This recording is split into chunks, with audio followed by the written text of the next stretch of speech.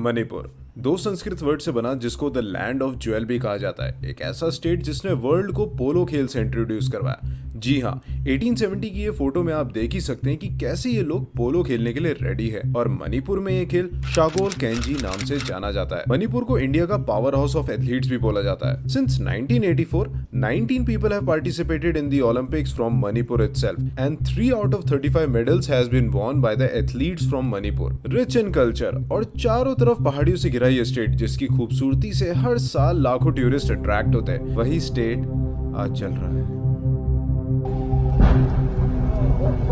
Here we come! We are indigenous people! We're gonna fuck you all!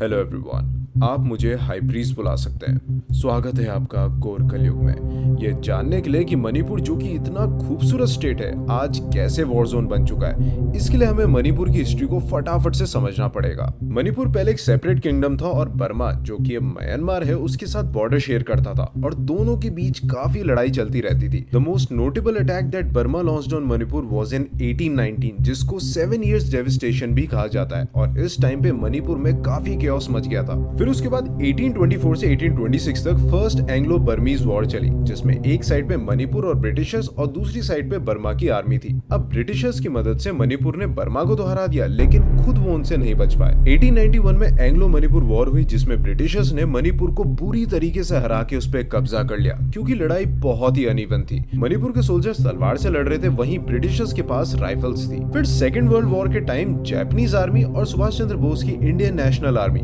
Burma के through Manipur पहुंचे और फिर 19 अप्रैल 1944 को मोइरांग पहली जगह बनी पूरे भारत में जहां पर तिरंगा लहराया गया। लेकिन ब्रिटिशर्स की आर्मी ने इनको इम्फाल पहुंचने से पहले ही हरा दिया। उसके बाद 1947 में देश आजाद हुआ। 1949 में महाराजा ने इंस्ट्रूमेंट ऑफ एक्सेशन पे साइन किया। 62 में यूनियन टेरिटरी बना और फाइनली 1972 में स्टेट बन गया।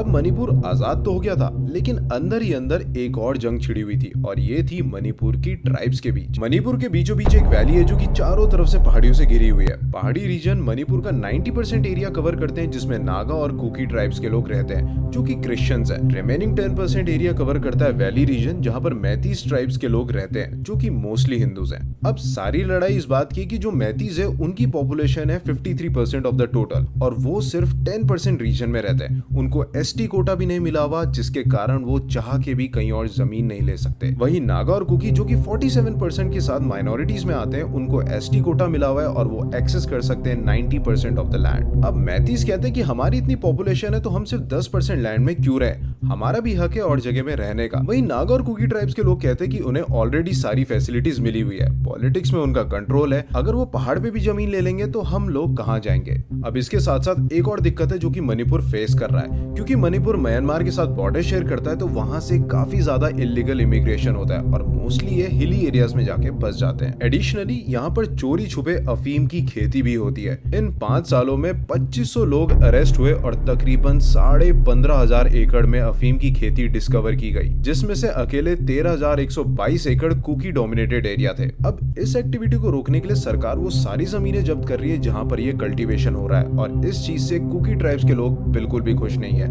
उनका मानना है कि सरकार उन्हें जानबूझ के टारगेट कर रही है, उनको दबाना चाह रही है क्योंकि सरकार में मैतीस कम्युनिटी के लोग ज्यादा हैं, इसलिए इसे कुकी वर्सेस मैती का भी एंगल दे दिया गया। अब ये सारे कॉन्फ्लिक्ट चल ही रहे थे कि 2012 से मैतीस कम्युनिटी का जो इशू पेंडिंग चल रहा था हाई कोर्ट में कि उनको भी एसटी का स्टेटस मिलना चाहिए, उसका वर्डिक्ट आ गया 20 अप्रैल 2023 को उनके फेवर में कि उनकी रिक्वेस्ट को कंसीडर किया जाए और 4 हफ्ते में सेंट्रल गवर्नमेंट को रिक्वेस्ट डॉक्यूमेंट भेजा जाए। इस डिसीजन के बाद पूरे स्टेट में बवाल मच गया। 28 अप्रैल को मणिपुर के सीएम एन बीरेन सिंह को जिम इनॉग्रेशन के लिए चूराचंदपुर डिस्ट्रिक्ट जाना था लेकिन 27 अप्रैल की रात को ही प्रोटेस्टर ने उस जिम में आग लगा दी। इसके बाद इस एरिया में सेक्शन 144 लगा दिया गया।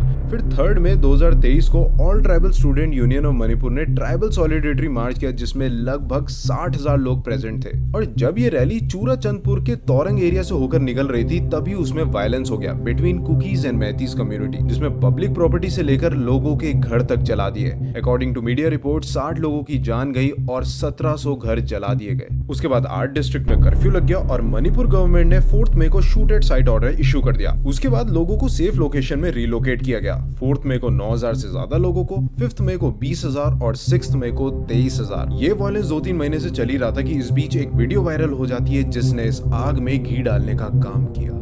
मणिपुर की जो घटना सामने आई है, किसी भी सभ्य समाज के लिए ये शर्मसार करने वाली घटना है। पाप करने वाले, गुनाह करने वाले कितने हैं, कौन है, वो अपनी जगह पे है, लेकिन बेइज्जती पूरे देश की हो रही है। 19 जुलाई को एक वीडियो वायरल हुई जिसमें 2 कुकी महिला के कपड़े फाड़ दिए गए, सड़क में उन्हें परेड कराया गया, उन्हें पीटा गया और उनका गैंग रेप किया गया। कुछ लड़कों ने इन लड़कियों को थाने से उठा लिया जब वो भीड़ से बच के भाग रही थी। उनमें से एक लड़की को बचाने के चक्कर में एक बाप और एक भाई ने अपनी जान गंवा दी। शॉकिंग बात यह है कि ये कोई रीसेंट वीडियो नहीं बल्कि 88 दिन पुरानी वीडियो है। ये घटना हुई थी 4 मई को और विक्टिम के हस्बैंड ने 18 मई को FIR भी रजिस्टर करवाई थी, लेकिन एक्शन तभी लिया गया जब वीडियो वायरल हुई। लेकिन ये शर्मनाक चीज हुई क्यों? ये सब हुआ एक फेक न्यूज की वजह से। Those 2 women were paraded naked, molested and sexually assaulted over a piece of fake news.